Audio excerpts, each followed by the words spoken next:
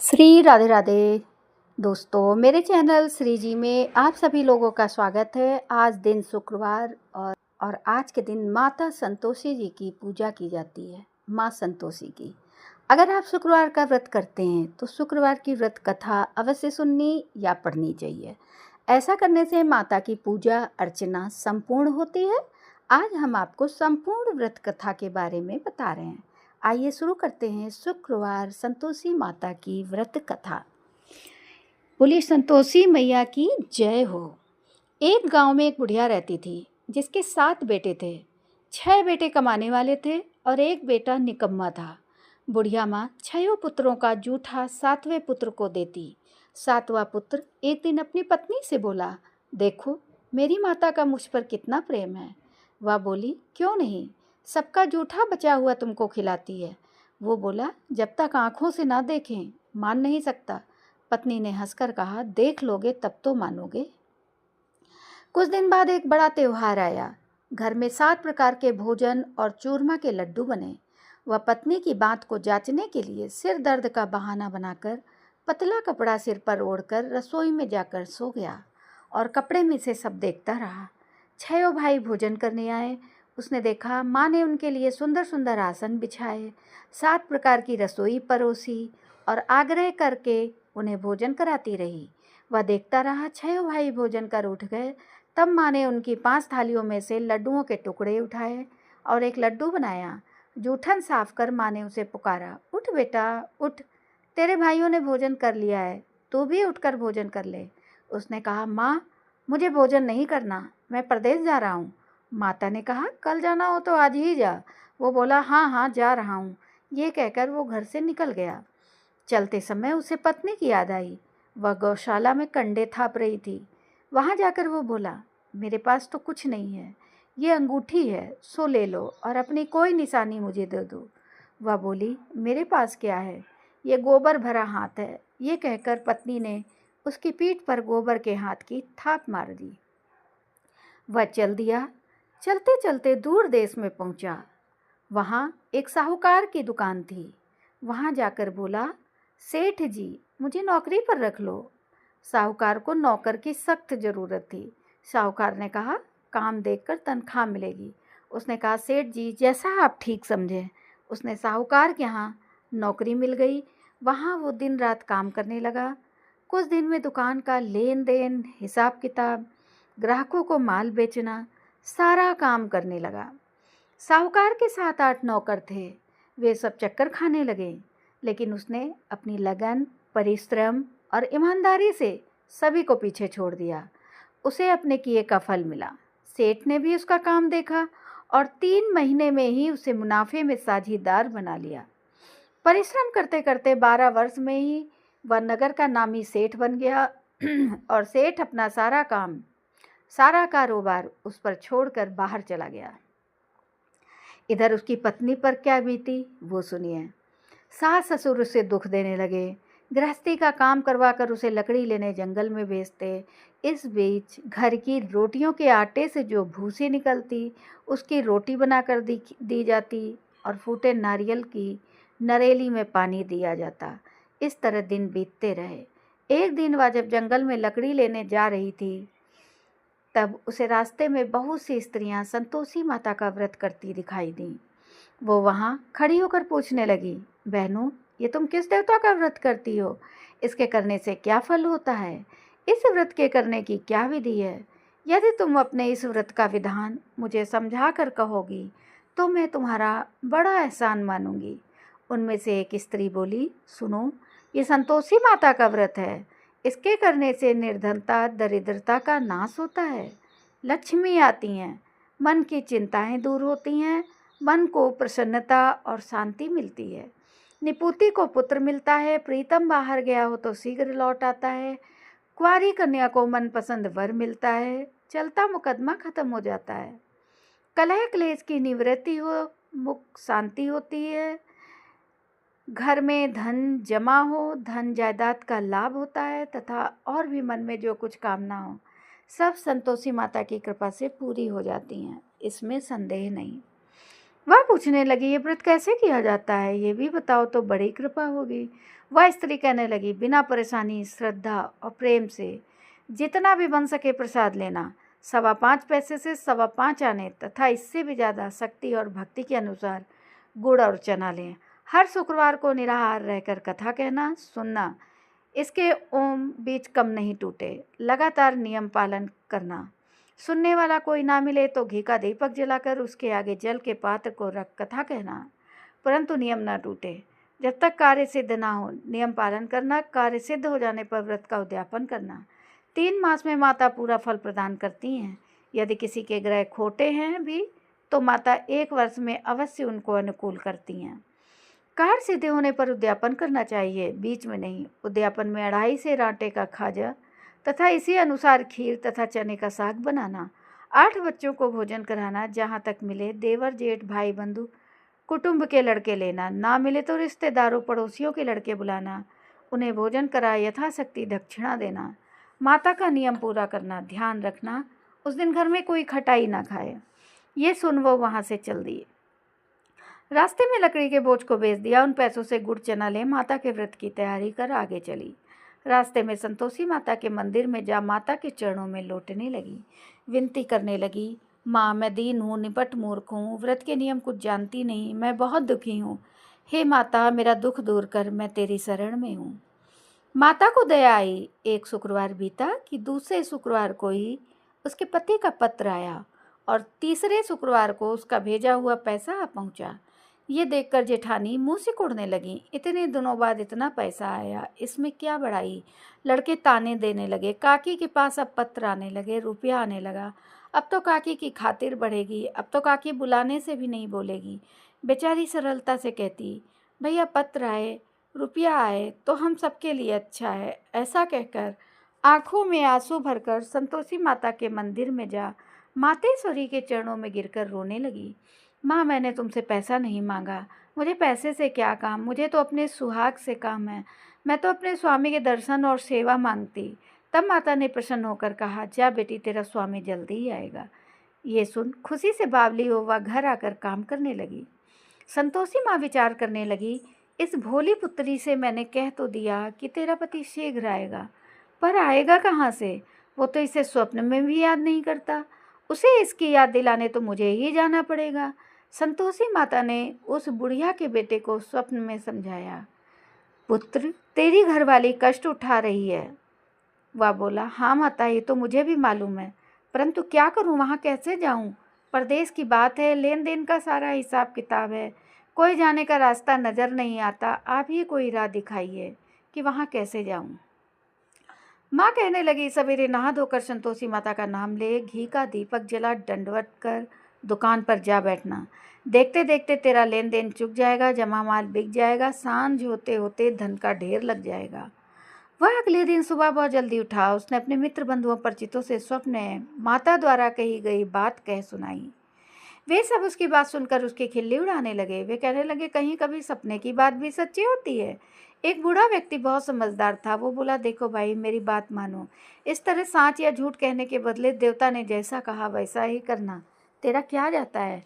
बूढ़े की बात मानकर नहा धोकर उसने संतोषी माता को प्रणाम किया, फिर घी का दीपक जलाकर दुकान पर जा बैठा। शाम तक धन का ढेर लग गया। वह हैरान हुआ, मन में संतोषी माता का नाम ले प्रसन्न हो घर जाने के वास्ते गहना कपड़ा सामान खरीदने लगा। सब काम से निपट अपने घर को रवाना हुआ।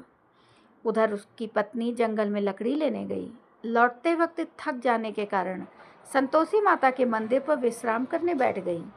ये तो उसका रोज रुकने का स्थान था। धूल उड़ती देख उसने माता से पूछा, हे माता ये धूल कैसी उड़ रही है। माँ ने कहा, हे पुत्री तेरा पति आ रहा है, अब तू ऐसा कर, लकड़ियों के 3 बोझ बना, एक नदी किनारे रख, दूसरा मेरे मंदिर पर और तीसरा अपने सिर पर रख। तेरे पति को लकड़ी का गट्ठा देखकर मोह पैदा होगा, वो यहाँ रुकेगा, नाश्ता पानी बना खाकर माँ से मिलने जाएगा। तू लकड़ी का बोझ उठाकर जाना और बीच चौक में गट्ठा डालकर 3 आवाज़ जोर से लगाना, लो सासू जी लकड़ियों का गट्ठा लो, भूसी की रोटी दो, नारियल के खोपरे में पानी दो, आज कौन मेहमान आया है। संतोषी माँ की बात सुनकर वह बहुत अच्छा माँ कहकर प्रसन्न मन से लकड़ियों के 3 बोझ बना लाई। एक नदी के तट पर, दूसरा माता के मंदिर पर रखा। इतने में ही मुसाफिर वहां आ पहुंचा। सूखी लकड़ी देख उसको इच्छा हुई कि अब यहीं विश्राम कर लें और भोजन बनाकर खा पीकर गांव चले। इस प्रकार भोजन कर विश्राम कर वह अपने गांव में आ गया। उसी समय बहू सिर पर लकड़ी का गट्ठा लिए आई। उसने गट्ठा को आंगन में डाल जोर से 3 आवाजें दी।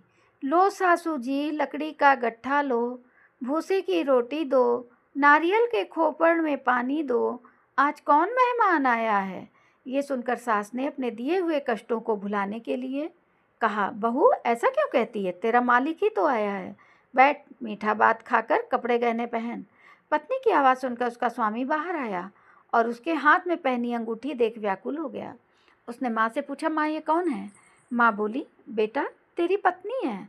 आज 12 वर्ष हो गए, जब से तू गया तब से सारे गांव में जानवर की तरह भटकती फिरती है। काम काज कुछ करती नहीं, 4 समय आकर खाती है। अब तुझे देखकर भूसी की रोटी, नारियल के खोपड़े में पानी मांगती है। वो बोला, माँ मैंने इसे भी देखा है और तुम्हें भी। मुझे दूसरे घर की चाबी दो, मैं उसमें रहूँगा। ठीक है बेटा, जैसी तेरी मर्जी कहकर माँ ने चाबी का गुच्छा बेटे के सामने रख दिया। उसने दूसरे घर को खोलकर सारा सामान जमाया। एक ही दिन में वहाँ राजा के महल जैसा ठाट बाट बन गया। अब क्या था, अब वह सुख भोगने लगी।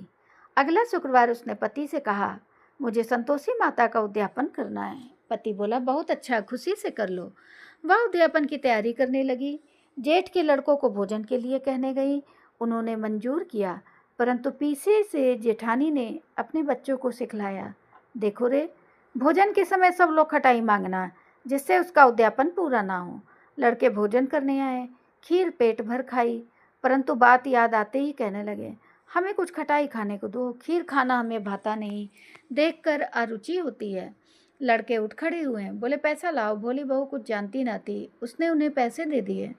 लड़कों ने बाजार जाकर उन पैसों से इमली खरीदी और खाई। ये देखकर बहू पर माताजी ने कोप किया। राजा के दूत उसके पति को पकड़ कर ले गए। अब सब मालूम हो जाएगा जब जेल की रोटी खाएगा। बहू से ये वचन सहन नहीं हुए। वह संतोषी माता के मंदिर में गई और कहने लगी, माता तुमने ये क्या किया, हंसाकर क्यों रुलाने लगी। माता बोली, पुत्री तूने मेरा व्रत भंग किया, इतनी जल्दी सब बातें भुला दी। वह बोली, माता भूली तो नहीं हूँ, ना कुछ अपराध किया है, मुझे तो लड़कों ने भूल में डाल दिया, मुझे क्षमा करो माँ। माँ बोली, ऐसी भूल भी कहीं होती है। अब बोली, कोई भूल नहीं होगी माँ, अब बताओ मेरे पति कैसे आएंगे। माँ बोली, पुत्री जा, तेरा पति तुझे रास्ते में ही आता मिलेगा। वो मंदिर से निकलकर बाहर आई तो रास्ते में उसे अपना पति आता हुआ मिला। उसने पूछा, कहाँ गए थे। वो बोला, इतना धन जो कमाया है उसका कर राजा ने मांगा था, वो भरने गया था। वो प्रसन्न होकर बोली, भला हुआ, अब घर चलो। फिर अगला शुक्रवार आया। वो बोली, मुझे माता का उद्यापन करना है। पति ने कहा, ठीक है करो। वह फिर से जेठ के लड़कों को भोजन करने को कहने गई।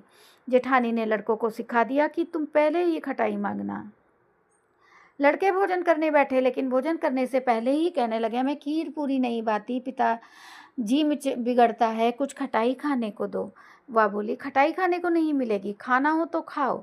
उनके उठकर चले जाने पर उसने ब्राह्मणों के लड़के बुलाकर भोजन करवाया। दक्षिणा की जगह उन्हें एक एक फल दिया। इससे संतोषी माता प्रसन्न हो गई। माता की कृपा से 9 माह बाद उसके चंद्रमा के समान एक सुंदर पुत्र प्राप्त हुआ। पुत्र को लेकर वो प्रतिदिन संतोषी माता के मंदिर में जाने लगी। माँ ने सोचा कि ये रोज आती है, आज क्यों ना मैं ही इसके घर चलूं, इसका आसरा देखूं तो सही। ये विचार कर माता ने भयानक रूप बनाया। गुड़ और चने से सना मुँह, ऊपर से सूंड के समान होंठ, उस पर मक्खियाँ भिन भिन कर रही थीं। दहलीज में पैर रखते ही उसकी सास चिल्लाई, देखो रे, कोई चुड़ैल डाकनी चली आ रही, लड़कों इसे भगाओ, नहीं तो सबको खा जाएगी। बहू रोशनदान से देख रही थी। वह प्रसन्न हो उठी, आज मेरी माता मेरे घर आई हैं। ये कहकर दूध पीते बच्चे को गोद उतार दिया। इस पर उसको सास क्रोध में भरकर बोली, अरे राण, इसे देखकर कैसी उतावली हुई है जो बच्चे को पटक दिया। इतने में माँ के प्रताप से जहाँ देखो वहाँ लड़के ही लड़के नजर आने लगे। वह बोली, माँ जी, मैं जिनका व्रत करती हूँ ये वही संतोषी माता हैं। इतना कहे उसने झट से घर के सारे किवाड़ खोल दिए। सबने माता के चरण पकड़ लिए और विनती कर कहने लगे, हे माता, हम मूर्ख हैं, अज्ञानी हैं, तुम्हारे व्रत की विधि हम नहीं जानते, तुम्हारा व्रत भंग कर हमने बड़ा अपराध किया है। हे माता, हमारे सब अपराधों को आप क्षमा करें। इस प्रकार बार बार कहने पर संतोषी माता प्रसन्न हुई। इसके बाद उसकी सास कहने लगी, हे संतोषी माता, आपने बहू को जैसा फल दिया वैसा सबको देना। जो ये कथा सुने या पढ़े उसके सारे मनोरथ पूर्ण करना। तो बोलिए जय माँ संतोषी की जय हो, जय मैया रानी की जय हो। चलिए शुरू करते हैं माता संतोषी जी की आरती। जय संतोषी माता मैया, जय संतोषी माता, अपने सेवक जन को सुख संपत्ति दाता। ओम जय संतोषी माता। सुंदर चीर सुनहरी माँ धारण कीन्हो, हीरा पन्ना दम के तन श्रृंगार लीन हो। ओम जय संतोषी माता। केरू लाल छटा छवि बदन कमल सोहे, मंद हसत करुणामयी त्रिभुवन जन मोहे। ओम जय संतोषी माता। स्वर्ण सिंहासन बैठी चंवर ढुरे प्यारे, धूप दीप मधुमेवा भोग धरे न्यारे। ओम जय संतोषी माता।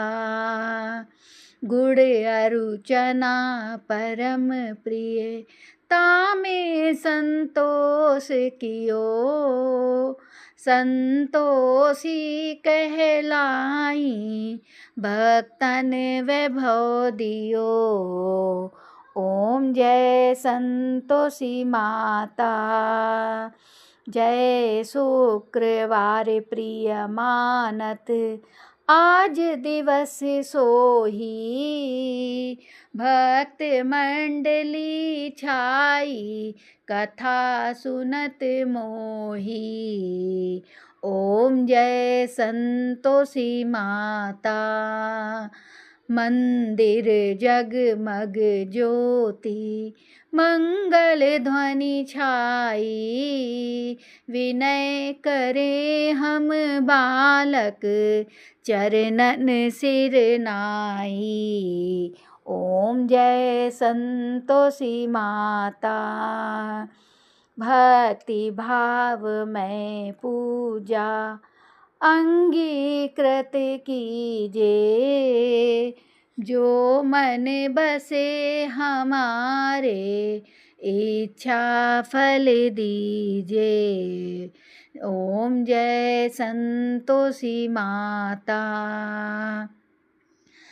दुखी दरिद्री रोगी संकट मुक्त किए, बहुधन धान्य भरे घर सुख सौभाग्य दिए।